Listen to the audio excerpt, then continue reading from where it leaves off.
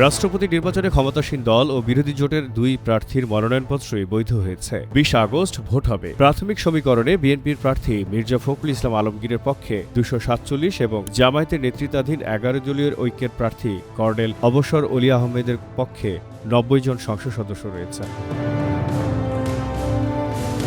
সংখ্যার এই ব্যবধানে জয় পরাজয়ের আগেই নিশ্চিত হয়ে গেছে কে হবে রাষ্ট্রপতি। মির্জা ফখরুলের জয় প্রায় নিশ্চিত, তবুও সংখ্যার এই ব্যবধানে জয় পরাজয় আগেই নিশ্চিত হয়ে গেছে। মির্জা ফখরুলের জয় প্রায় নিশ্চিত, তবুও রাষ্ট্রপতি নির্বাচনের রাজনৈতিক প্রতিদ্বন্দ্বিতার দিকে সবার দৃষ্টি। তবে দুই শিবিরের বাইরের সংসদ সদস্যরা কোন দিকে যান, অলি আহমদ কত ভোট পান, বিরোধী জোটের ৯০টি ভোট অটুট থাকে কিনা এবং তার গুরুত্ব ফলাফলের চেয়েও বেশি। মির্জা ফখরুল দীর্ঘদিন বিএনপির মহাসচিব হিসেবে দলকে নেতৃত্ব দিয়েছেন। খালেদা জিয়ার কারাবন্দিত্ব এবং তারেক রহমানের দীর্ঘ ১৭ বছর দেশের বাইরে থাকার সময়ে দলের কঠিন সময়ের অন্যতম প্রধান মুখ ছিলেন ফখরুল। তাকে রাষ্ট্রপতি পদে মনোনয়ন দেওয়ার মধ্য দিয়ে বিএনপি দীর্ঘদিনের একজন পরীক্ষিত নেতাকে সক্রিয় দলীয় রাজনীতি থেকে রাষ্ট্রের সাংবিধানিক কাঠামোর ভিন্ন ভূমিকায় নিয়ে যাচ্ছে। বিএনপির লাভালাভ বছর ৫ পরে তত্ত্বাবধায়ক সরকারের অধীনে অনুষ্ঠেয় আগামী সংসদ নির্বাচনের সময় বোঝা যাবে। এদিকে অলি আহমদ শুধু একজন বিরোধী প্রার্থী নন, তিনি বিএনপির সাবেক নেতা জিয়াউর রহমানের ঘনিষ্ঠ সহযোগী এবং বীর বিক্রম খেতাবপ্রাপ্ত মুক্তিযোদ্ধা। ১৯৮১ সালে সেনাবাহিনী ছেড়ে তিনি বিএনপিতে যোগ দেন। খালেদা জিয়ার প্রথম সরকারে তিনি প্রভাবশালী যোগাযোগ মন্ত্রী ছিলেন। একসময় বিএনপির ঘরের মানুষ অলি আহমদ এখন বিএনপির প্রার্থীর বিরুদ্ধে অসম রাষ্ট্রপতি নির্বাচনে দাঁড়িয়েছেন। তার প্রার্থিতার এই প্রতীকী দিকটি জামায়াতের নেতৃত্বাধীন বিরোধী জোটের জন্য গুরুত্বপূর্ণ।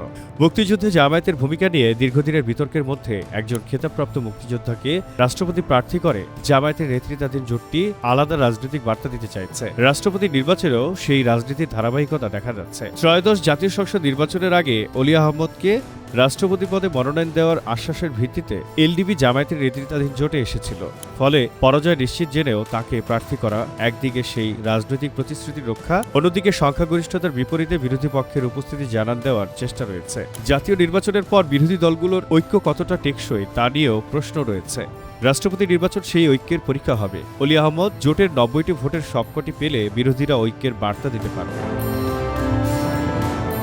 ভোট কমে গেলে জোটের ভেতরের দুর্বলতাও প্রকাশ পাবে। রাষ্ট্রপতি নির্বাচনের ফল প্রায় নিশ্চিত হলেও ২০ আগস্টের ভোট তাই অর্থহীন আনুষ্ঠানিকতায় নয়। ফখরুলের জয়ের চেয়ে অলি আহমদ কত ভোট পেলেন, বিরোধী জোটের ৯০টি ভোট অটুট থাকলো কিনা, দুই শিবিরের বাইরের ভোট এবং কোন দিকে গেল এবং কোনো ভোট বিচ্যুতি ঘটল কিনা, ভোটের পরের রাজনীতিতে এসব প্রশ্নই বেশি গুরুত্বপূর্ণ হয়ে উঠবে। চট্টগ্রাম ৪ আসনে বেশি ভোট পাওয়া বিএনপির প্রার্থী আসলাম চৌধুরীর প্রার্থিতা আদালতের রায়ে বাতিল হওয়ায় আসনটি শূন্য রয়েছে। ফলে ত্রয়োদশ জাতীয় সংসদে সংরক্ষিত নারী আসন সহ বর্তমানে সদস্য রয়েছে ৩৪৯ জন। বিএনপির সদস্য ২৪৭ জন। জামায়াতের নেতৃত্বাধীন ১১ দলীয় ঐক্যের সদস্য ৯০ জন। দুই প্রধান রাজনৈতিক শিবিরের বাইরে থাকা ১২ সদস্যদের মধ্যে ৩ জন বিএনপির মিত্র গণসংহতি আন্দোলন, গণ অধিকার পরিষদ ও বাংলাদেশ জাতীয় পার্টির বিজেপির। ইসলামী আন্দোলন বাংলাদেশের সদস্য ১ জন। বাকি ৮ জন স্বতন্ত্র, তাদের প্রায় সবাই একসময় বিএনপি রাজনীতির সঙ্গে যুক্ত ছিলেন। এই সমীকরণে মির্জা ফখরুলের জয় প্রায় নিশ্চিত হলেও বাকি ১২টি ভোট রাজনৈতিকভাবে গুরুত্বপূর্ণ। অলি আহমদ স্বতন্ত্র কিংবা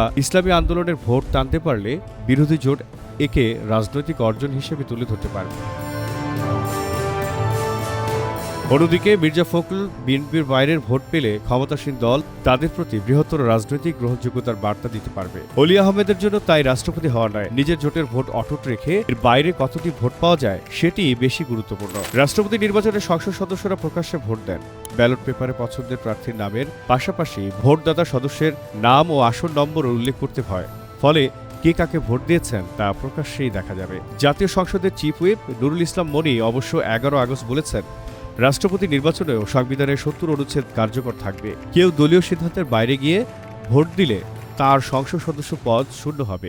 সংবিধান ৭০ অনুচ্ছেদে বলা আছে, কোনো দলের প্রার্থী হিসেবে নির্বাচিত সংসদ সদস্য দল থেকে পদত্যাগ করলে কিংবা সংসদে দলের বিপক্ষে ভোট দিলে তার আসন শূন্য হবে। তবে রাষ্ট্রপতি নির্বাচন কমিশন পরিচালিত একটি স্বতন্ত্র সাংবিধানিক প্রক্রিয়া হওয়ায় এতে ৭০ অনুচ্ছেদ প্রযোজ্য হবে কিনা তা নিয়ে ভিন্ন মত রয়েছে। রাষ্ট্রপতি নির্বাচন আইনে দলের সিদ্ধান্তের বাইরে দেওয়া বৈধ ভোট বাতিলেরও কোনো বিধান নেই। তবে সাংবিধানিক ও আইনি ব্যাখ্যা যাই হোক, বর্তমান রাজনৈতিক বাস্তবতায় দলীয় অবস্থানের বাইরে গিয়ে কোনো সংসদ সদস্যের ভোট দেওয়ার সম্ভাবনা নেই।